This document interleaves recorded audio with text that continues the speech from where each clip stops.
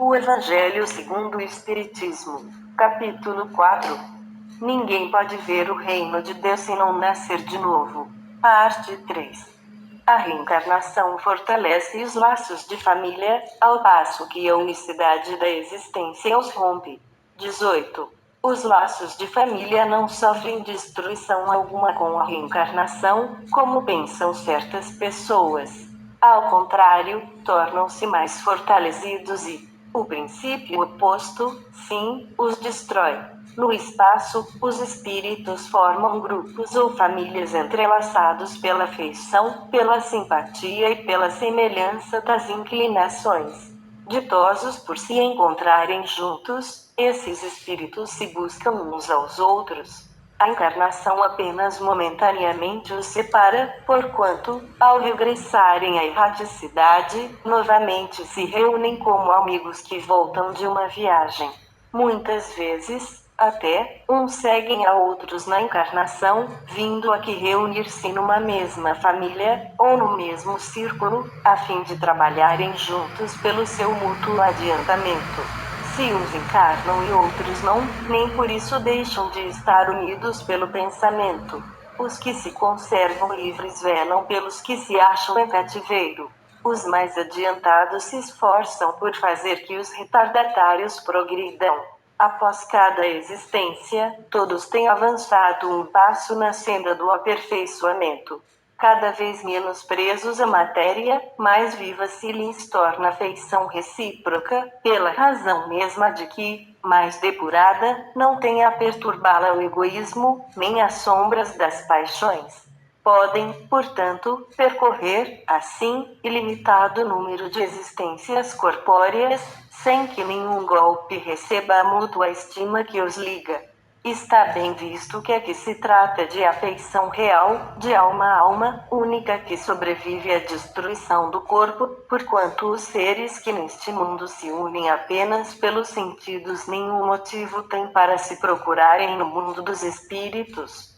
Duráveis somente são as afeições espirituais, as de natureza carnal se extinguem com a causa que lhes deu origem. Ora, semelhante causa não subsiste no mundo dos espíritos, enquanto a alma existe sempre. No que concerne às pessoas que se unem exclusivamente por motivo de interesse, essas nada realmente são umas para as outras, a morte as separa na terra e no céu.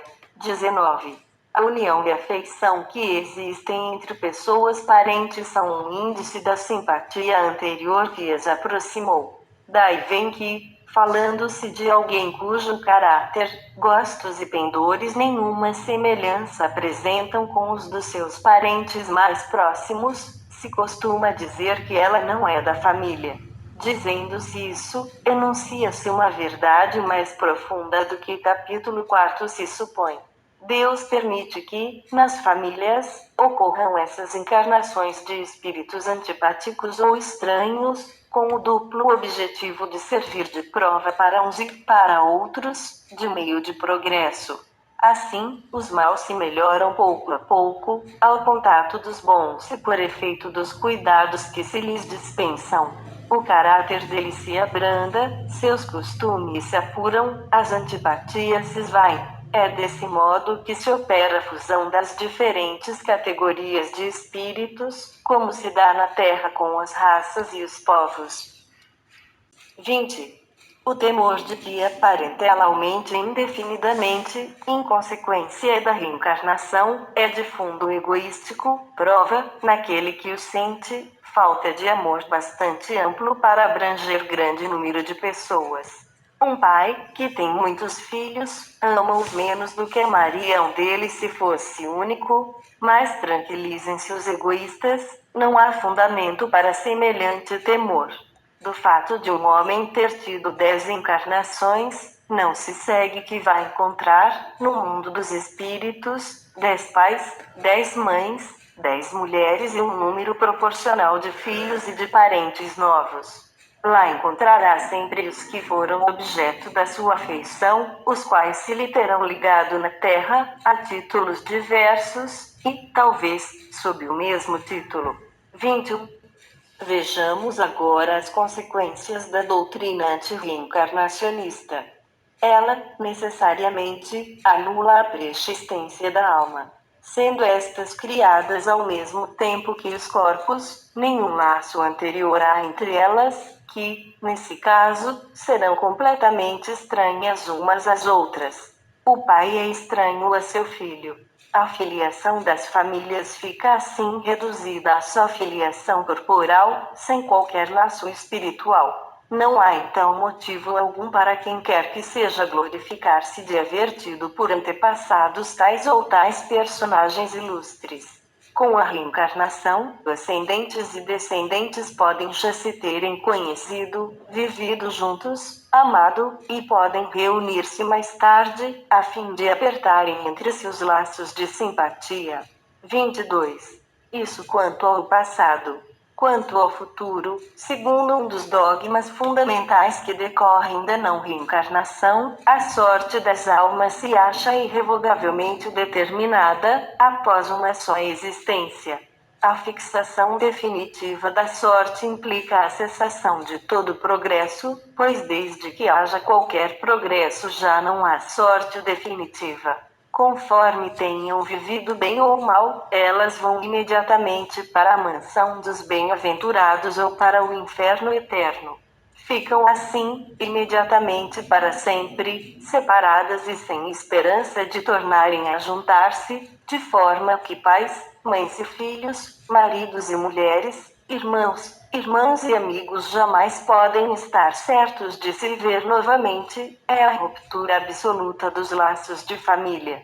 Com a reencarnação e progresso aqui dá lugar, todos os que se amaram tornam a encontrar-se na terra e no espaço e juntos gravitam para Deus. Se alguns fraquejam no caminho, esses retardam o seu adiantamento e a sua felicidade, mas não há para eles perda de toda a esperança.